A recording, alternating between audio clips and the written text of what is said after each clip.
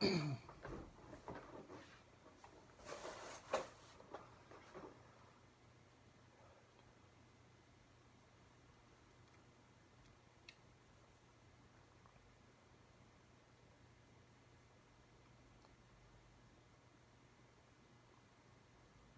welcome to Tuesday's devotion. Glad to have you guys watching and joining in again today. Today we're going to talk about John chapter 13. This is very near the end of Jesus' life. This is right before he gets arrested. And in John 13, after they have the Last Supper with his disciples, Jesus gets up and puts a towel around himself and begins to wash their feet. And the text actually says that he was going to show them the full extent of his love.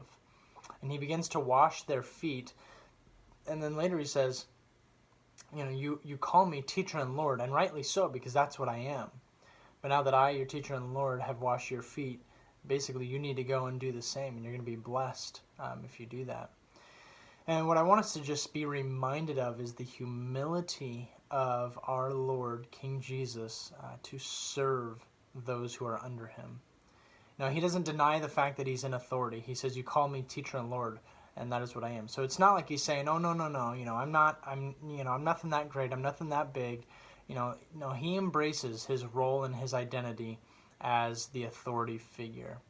And yet in that role, he takes on the form of a servant.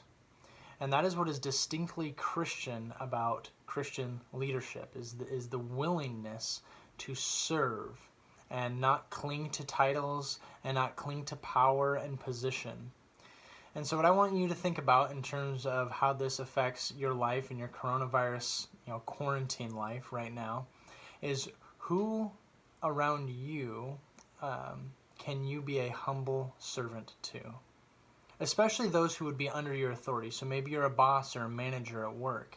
And even if you're not regularly seeing those who report to you or those who are under you, how can you serve them during this time?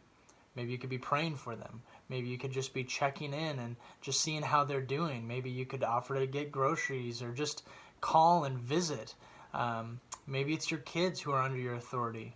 How can you serve them and think about how the closure of their school has been affecting their social life? Is there a way that you can serve them that way?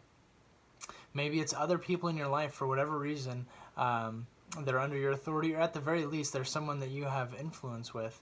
How can you adopt the attitude of Christ and figuratively wash their feet during this time? How can you serve them as best as possible? As we get ready to phase back into social gatherings and getting back to work as much as possible, many of us are going to want to think about ourselves primarily. I can't wait till I get back into my office. Can't wait till things get back to the routine for me. And that's fine and normal, but let's not neglect those around us as well as we consider how can we lead and serve them like Jesus does. All right, well, thanks for joining, guys. See you tomorrow.